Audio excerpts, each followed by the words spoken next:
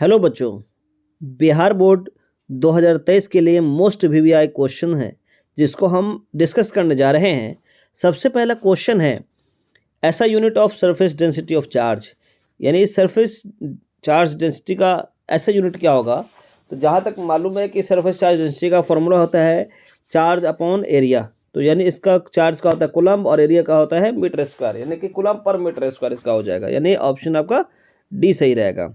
ठीक है, तो आपको यहाँ पर डी लगा देना है। फिर आगे बढ़ते हैं नेक्स्ट क्वेश्चन पे कि एप्सिलॉन नॉट की वैल्यू क्या होगी, यानी कि परमिटिविटी इन फ्री स्पेस का वैल्यू क्या होगा। तो इसमें चार ऑप्शन हैं और हमने पढ़ा हुआ है 8.854 इंटू 10⁻⁻12 वाला पढ़ा हुआ है। तो ये हमारे ये सबसे पहला ऑप्शन ये वाला सही होगा जो आप यहाँ पर देख रहे हैं, फर्स्ट ऑप्शन। ठीक है, ये ऑप्शन होगा ए। चलिए फिर हम आगे बढ़ते हैं। ठीक, फिर हम लोग आगे बढ़ते हैं अगला क्वेश्चन के लिए। थर्ड क्वेश्चन है कि which of the following is correct for electric intensity at a distance R from charge Q. यानी कि electric field intensity R distance पे कितना होगा अगर हमारा चार्ज है क्यू। तो इसके लिए सबसे बेहतरीन इसका जवाब होगा कि हम जानते हैं इलेक्ट्रिक फील्ड का फॉर्मूला के क्यू बाई आर स्क्वायर, यानी 1/4πε0 क्यू बाई आर स्क्वायर होगा। इसका ऑप्शन हो जाएगा बी। फिर आगे हम लोग देखते हैं नेक्स्ट क्वेश्चन के लिए कि which of the following is correct for total electric flux from the whole surface if charge Q is placed inside the any spherical surface. यानी कोई स्फेरिकल सरफेस के लिए अगर कोई चार्ज क्यू है तो उसका फ्लक्स क्या हो जाएगा। तो इसका ऑप्शन होगा B, Q by epsilon naught हो जाएगा। तो हम लोग क्या करेंगे, क्यू बाई एप्सिलॉन नॉट पर हम लोग टिक मारेंगे। ठीक है, बी पे। फिर आगे देखते हैं, फिफ्थ क्वेश्चन है कि the electric potential in equatorial position of an electric dipole. यानी एक क्वेश्चन ऐसा है, electric field due to dipole on the equatorial position. अब देखिए पोटेंशियल हमारे पास से मान लीजिए क्या हो जाएगा, इसका इक्वेटोरियल पोजीशन पे 0 हो जाएगा। ठीक, तो इसका हम लोग ऑप्शन कौन सा मारेंगे, हम लोग ऑप्शन मारेंगे डी को ऑप्शन मारेंगे। ठीक है, इसका ऑप्शन हो जाएगा डी। चलिए फिर आगे बढ़ते हैं हम लोग। ठीक, फिर आगे हमारे पास क्या है, सम ऑफ 6 नंबर क्वेश्चन है कि sum of collecting plate and condensing plate of एक चार्ज कैपेसिटर। एक होता है कलेक्ट करने वाला, एक होता है कंडेंस करने वाला। तो वहाँ पे हमारे पास टोटल चार्ज कितना हो जाएगा, 0 हो जाएगा। तो इसको हम लोग सबसे पहले मारेंगे ऑप्शन ए पे मारेंगे। ठीक है, चलिए फिर अगला सवाल देखते हैं हम लोग। 7 number question, dimension of charge. आपको बताया कि चार्ज का डायमेंशन क्या होता है, 80 होता है। तो हम लोग क्या करेंगे, क्वेश्चन ऑप्शन नंबर ए पे मार देंगे 80। ठीक है, फिर हम आगे बढ़ते हैं।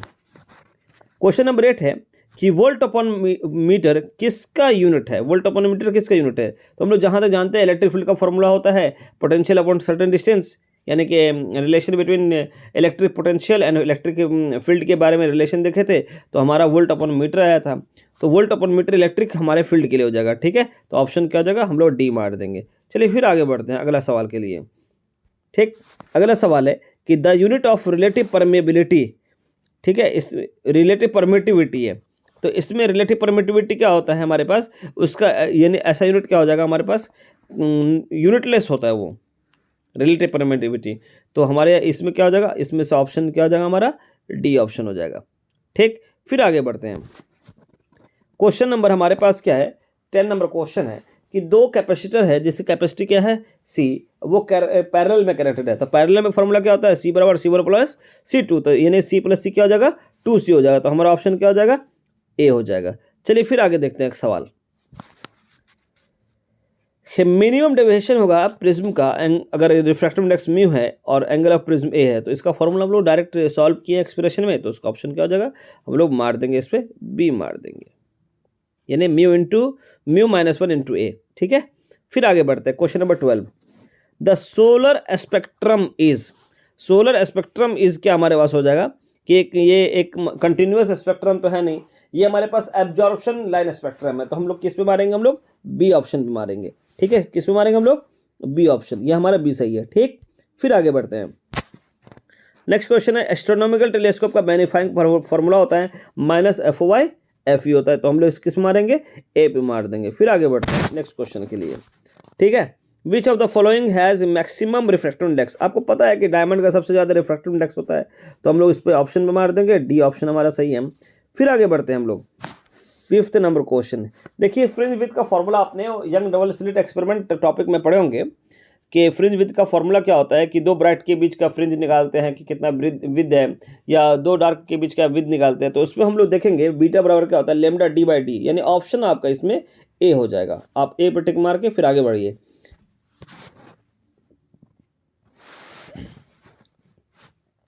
अब जैसे 1 लाइट ईयर किसके बराबर है, तो 1 लाइट ईयर डायरेक्ट ये याद करने वाला है, साइंटिफिक वैल्यू है, इसको आप डायरेक्ट मान 9.46 होता है, 10⁻15 होता है, यानी ऑप्शन आप ए मार के चलिएगा। ठीक है, कौन सा मानना है आपको, ए। ठीक, फिर आगे बढ़ते हैं हम लोग। लेंस ब्रेकर फॉर्मूला क्या होता है, आप पढ़े हैं कि 1/f बराबर कहता है mu minus 1 into 1/r1 minus 1/r2, यानी म्यू माइनस 1, म्यू का क्या हो जाएगा, second medium by first medium, यानी कि आपका पहला ऑप्शन होगा 1/f बराबर μ2 by μ1 minus 1 into 1/r1 minus 1/r2, option A हो जाएगा। इसीलिए आप ऑप्शन ए पर टिक मार दीजिए, एकदम करेक्ट आंसर है आपका। फिर आगे हम बढ़ते हैं 18 नंबर क्वेश्चन के लिए। देखिए इसमें वाटर का रिफ्रैक्टिव इंडेक्स क्या होता है, ये तो आपको पता ही होगा कि आपको वाटर का रिफ्रैक्टिव इंडेक्स आपको याद करना है, तो क्या होता है 1.33 होता है, इसलिए आप किस पे मार देंगे, ऑप्शन डी पे। फिर आगे बढ़िए, एक नॉर्मल आई यानी LDDP यानी लिस्ट डिस्टेंस विजन, एक नॉर्मल आँख का कितना होता है, 25 सेंटीमीटर होता है। ये तो 10th में हम लोग पढ़ते हैं, बड़ा आसान सा सवाल है। ठीक है, फिर आगे बढ़िए आप, फिर आप बढ़िए क्या, हमारे पास कॉची इक्वेशन जो हमारे पास है, ये कॉची इक्वेशन यानी हमारा कि कॉची इक्वेशन इस पर हम कौन सा होगा, तो ये रिफ्रैक्टिव इंडेक्स का फॉर्मूला लगाता है A+B/λ² होगा, यानी इसका ऑप्शन हमारा सी हो जाएगा। फिर आगे बढ़ते हैं। ठीक, क्वेश्चन नंबर 21, देखिए स्कैटरिंग ऑफ लाइट और वेवलेंथ ऑफ लाइट का इसका जो हमारा एक रिलेशन है, वो सबसे अच्छा रिलेशन है कि intensity of light is directly proportional to inversely proportional to 1/λ fourth power of wavelength of light. ठीक है, यानी इसका ऑप्शन हो जाएगा हमारा डी हो जाएगा। ये तो हमारे पास रेलाई का इक्वेशन था, उसमें भी था, तो हमारा ऑप्शन डी हो जाएगा। फिर आगे बढ़ते हैं 22 नंबर क्वेश्चन। 22 नंबर क्वेश्चन, इसमें हम लोग को देखना यह है कि which of the following does not change with the change of medium of for light, यानी अगर मीडियम यानी कि चेंज करता है तो लाइट यानी किस चीज़ में चेंज नहीं आता है। तो हमको पता है कि फ्रीक्वेंसी में, लाइट की फ्रीक्वेंसी में चेंजेस नहीं आते, बाकी उसके वेवलेंथ चेंज हो जाते हैं, उसके स्पीड चेंज हो जाते हैं, रिफ्रैक्टिव इंडेक्स चेंज हो जाते हैं। तो इसका ऑप्शन क्या हो जाएगा, आप किस पे मारेंगे, ए पे मारेंगे। ठीक है, फिर आगे बढ़ते हैं। अब देखिए इसमें से कौन सा रिलेशन करेक्ट है, तो हम लोग पढ़े ही हैं फेज डिफरेंस बराबर क्या होता है कि 2π/λ इंटू फिर पाथ डिफरेंस, यानी ऑप्शन ए हो जाएगा। ये तो सिंपल सा सवाल है। फिर आगे बढ़िए। ठीक है, अब यहाँ पे डिस्ट्रक्टिव इंटरफेरेंस के लिए हमारे पास फेज डिफरेंस का क्या कंडीशन है, तो यानी कि डिस्ट्रक्टिव इंटरफेरेंस का मतलब होता है कि जहाँ पे लाइट का एम्पलीट्यूड बहुत कम हो जाए, यानी मिनिमम हो जाए एम्पलीट्यूड, वो उस इंटरफेरेंस को क्या बोलेंगे, डिस्ट्रक्टिव। तो इसका हमारे पास फेज डिफरेंस का फॉर्मूला क्या हो जाएगा, 2n+1 इंटू पाई,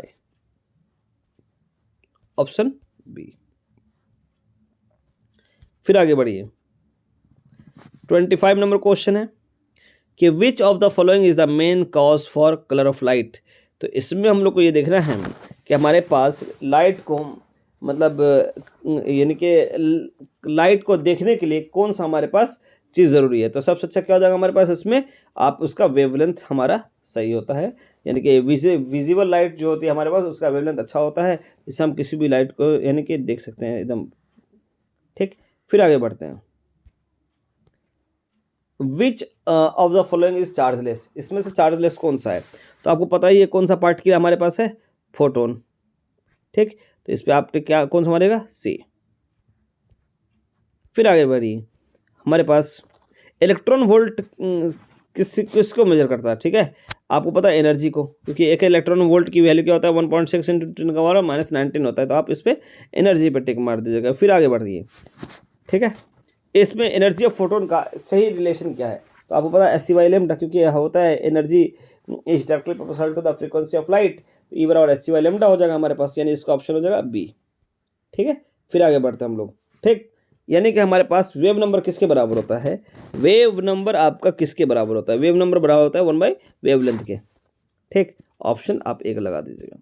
फिर आगे बढ़िए, आपको रेडियस ऑफ न्यूक्लियर सिग्नल है, तो आपने लॉ ऑफ रेडियो एक्टिविटी पढ़े होंगे या रेडियस ऑफ न्यूक्लियाई पढ़े होंगे। तो आर बराबर क्या होता है, आर नॉट ए का पावर 1/3 होता है, यानी कि ऑप्शन आप ए मार दीजिएगा। ठीक, फिर आगे देखिए क्या हमको करना है। तो देखते हैं फिर अगला क्वेश्चन 31 के लिए कि 1 एटॉमिक मास यूनिट की वैल्यू कितना होता है। ये तो सबको मालूम है कि एटॉमिक की मास की यूनिट कितना होता है, 1.67 या 1.66 × 10⁻27 kg होता है, यानी आपका ऑप्शन यहाँ पे आप डी लगा देंगे। ठीक, फिर आगे बढ़िए। इसमें से देखिए कि एवरेज लाइफ निकालने के लिए, यानी कि हाफ लाइफ पीरियड निकालने के लिए, यानी एवरेज लाइफ पीरियड निकालने के लिए इसमें इक्वेशन कौन सा सही होगा। तो यानी कि वेवलेंथ के रिस्पेक्ट में देखेंगे तो हाफ लाइफ यानी एवरेज लाइफ कितना होता है, 0.693 × 0.693 बाय लैम्डा होता है, यानी कि लैम्डा जो इन्वर्सली अगर होगा तो सही है। यानी इसका ऑप्शन क्या हो जाएगा हमारा, कि हमारे पास इसका ऑप्शन हो जाएगा सी। ठीक है, तो आप ऑप्शन सी पे मार करते हुए आगे फिर बढ़ते चले जाएंगे। ठीक है, अब देखिए हमारे पास ये जो नंबर ऑफ न्यूट्रॉन्स है, ठीक है, तो इसमें 92 दिया हुआ आपको प्रोटॉन, ठीक है, और 238 दिया हुआ न्यूक्लियॉन्स। तो इसमें से माइनस कर दीजिएगा ना, तो आपको क्या किसका निकल जाएगा वैल्यू, न्यूट्रॉन की। तो यानी 146 हो जाएगा, इसको माइनस करेंगे 238 को 92 से। अब देखिए आपको एक लॉजिक बाइनरी नंबर सिस्टम है ना, उसमें ये क्वेश्चन आता है, तो इसको सॉल्व करना पड़ेगा। कैसे सॉल्व करेंगे हम लोग, इस तरीके से सॉल्व करना पड़ेगा। मान लीजिए इसमें से कोई एक चीज़ ले, 4 तो कॉमन है सब में, तो आप 4 क्या करिए, कॉमन ले लीजिए, यहाँ पे सॉल्व करिए। तो 2 से डिवाइड करिए तो बच जाएगा 0। ठीक है, देखिए थोड़ा सा इसको सॉल्व किया जाए, तो इसको थोड़ा सा ढंग से सॉल्व करिएगा। तो यानी कि आप 4 लिख लीजिए, तो इसमें क्या बचेगा 0, फिर 2 से डिवाइड करिए, फिर 1 0, तो ये 1 0 0, यानी इसका ऑप्शन ए सही होगा। ठीक, और फिर आगे बढ़िए। अब 1 + 1 = होता है, यानी ये दो इसमें इनपुट है, एक ऑन है दूसरा भी ऑन है, तो ए तो ऑन क्या हो जाएगा, ऑन ही हो जाएगा, यानी कि ये आपको ऑर गेट को शो कर रहा है, तो यानी ऑन ही हो जाएगा। फिर आगे बढ़ते हैं हम लोग। ठीक है, ऑर गेट का फॉर्मूला क्या होता है कि आउटपुट बराबर क्या होता है, सम ऑफ 2 इनपुट्स, यानी इसका ऑप्शन क्या हो जाएगा, डी हो जाएगा। हम लोग को डी इस पे मारना है। ठीक है, चलिए फिर आगे बढ़िए। मैग्नेटिक मोमेंट का जो है ऐसा यूनिट क्या होता है। ठीक, मैग्नेटिक मोमेंट का ऐसा यूनिट क्या होता है, जूल टेस्ला इनवर्स।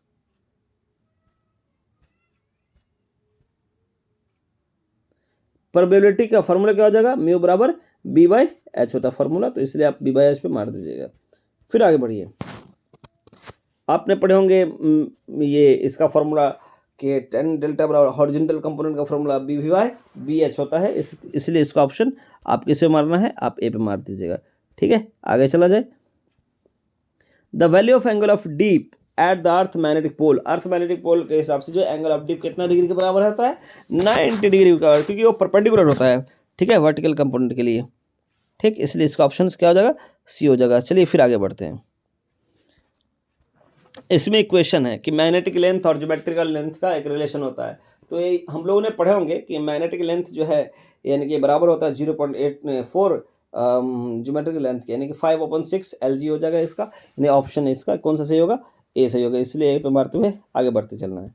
ठीक है, आप गलत ना हो, थोड़ा सा ध्यान दीजिएगा। फिर हमने चौथे चैप्टर पढ़े थे कि परमेबिलिटी फ्री स्पेस में इसका क्या हो जाएगा। ठीक है, तो इसका फॉर्मूला ही वैल्यू ही होता है कि म्यू नॉट बराबर का क्या होता है 4π10⁻⁻7 टेस्ला मीटर पर एम्पियर, यानी ऑप्शन ए हो जाएगा हमारा। ठीक है, फिर आगे बढ़ते हैं हम लोग। ठीक है, फिर आगे बढ़ते हैं 43 पे कि वैक्यूम में यानी आपका ससेप्टिबिलिटी कितना होता है। तो यार सबको पता है 43 नंबर हमारा क्या है, यहाँ पे 1 होता है इसकी वैल्यू। ठीक है, तो आप इसको क्या करेंगे, आप 1 पे यानी कि बी पे ऑप्शन मार दीजिएगा। फिर आगे बढ़िए, देखिए एक रिलेशन है, यानी आपने ये इलेक्ट्रोमैग्नेटिक वेव चैप्टर में पढ़े होंगे एक रिलेशन, वो रिलेशन हमारा पढ़े होंगे कि ये स्पीड ऑफ लाइट परमेबिलिटी और परमिटिविटी से कैसा रिलेशन में। तो C = 1/√, permeability in free space and permittivity in free space के बराबर होता है, यानी इसका ऑप्शन कौन सा सही हो जाएगा, ए सही हो जाएगा। चलिए फिर आगे बढ़ते हैं। देखिए the value of wavelength of X ray is, ठीक है, यानी कि एक्सरे का जो वेवलेंथ होता है वो हमारा कितने के बराबर है, अबाउट लगभग जो है हमारे पास 10⁻⁻7 के बराबर होता है, यानी ऑप्शन ए मार दीजिएगा। फिर आगे बढ़ जाइएगा। फिर 46 है, यानी कि इलेक्ट्रोमैग्नेटिक वेव का डायरेक्शन प्रोपेगेशन ऑफ वेव का कैसा होता है, पैरेलल टू E×B होता है। ठीक, यानी ऑप्शन डी मारते हुए निकल जाइएगा। अब देखिए यार, ये सवाल का जवाब किसको नहीं मालूम यार, इलेक्ट्रॉन की वैल्यू क्या होता है, ठीक। 1.6 इंटू 10⁻⁻19 होता है, ये सबको मालूम है। आप इस बी ऑप्शन पे मारते हुए आगे बढ़ जाना है।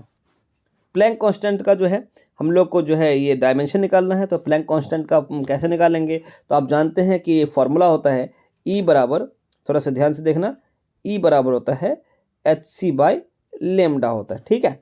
तो हमको h का निकालना है, तो h बराबर क्या हो जाएगा, E λ/c, ठीक। अब देखिए फॉर्मूला E यानी E क्या, एनर्जी है, एनर्जी क्या होता है ml2t-2, ठीक है। थोड़ा सा हम इसको सॉल्व कर रहे हैं, तो h बराबर क्या हो गया हमारे पास, थोड़ा सा ध्यान से पढ़िएगा कि ml2t-2, ठीक। और हमारे पास क्या था, इंटू l/lt का पावर -1, l से l कैंसिल, तो h बराबर क्या हो गया हमारे पास, ml2, ये -1 ऊपर जाएगा तो +1, तो क्या हो जाएगा, -2 + 1 क्या हो जाएगा, -1 हो जाएगा। यानी इसका ऑप्शन सही हो जाएगा कौन सा, ए हो जाएगा। थोड़ा सा ध्यान से देखिएगा, इसका ऑप्शन कौन सा सही हो जाएगा, ए हो जाएगा। आगे बढ़ते हैं, फिर इसमें से देखना है कि इसमें रिलेशन कौन सा सही है। तो आप पता है कि एक इलेक्ट्रॉन की वैल्यू क्या होता है, 1.6 इंटू 10⁻⁻19 होता है। तो इसमें हमारा कौन सा ऑप्शन सही है, ए ऑप्शन सही है। फिर आगे बढ़ते हैं, ठीक। ये रिलेशन देखते हुए बोलिए कि ये इसमें रेडियो एक्टिव डीके का जो रिलेशन है वो रिलेशन कौन सा सही है, ठीक है। तो यहाँ पे हम लोग पढ़े हैं n बराबर n0 e⁻⁻λt, इसलिए ऑप्शन आप किसको मारेंगे, आप बिल्कुल ए को मारेंगे, सटीक आंसर मारेंगे एकदम सही से। अब यहाँ पे थोड़ा देखिए क्या चल रहा है कि इसमें अल्फा पार्टिकल के लिए, अल्फा पार्टिकल में कितने हमारे पास प्रोटॉन न्यूट्रॉन होते हैं, तो आपको पता है कि 2 प्रोटॉन 2 न्यूट्रॉन होता है, इसलिए ऑप्शन कौन सा हो जाएगा, आप मारेंगे इसको बी मार देंगे। आगे चलिए 52 में चलिए आप। 52 में है कि आपने पढ़े होंगे Bohr's postulate, angular momentum of electron is possible orbits. तो आपने बोर्ड्स का सेकंड पोस्टुलेट पढ़े थे कि हमारे पास जब इलेक्ट्रॉन सर्कुलर ऑर्बिट में रिवॉल्व करते हैं तो वो एंगुलर मोमेंटम देते हैं, और वो किसके बराबर होता है, NH/2π के बराबर होता है, इसलिए ऑप्शन किसको मारेंगे, ए को मारेंगे। फिर अगला सवाल देखिए इसमें 53 में, ठीक।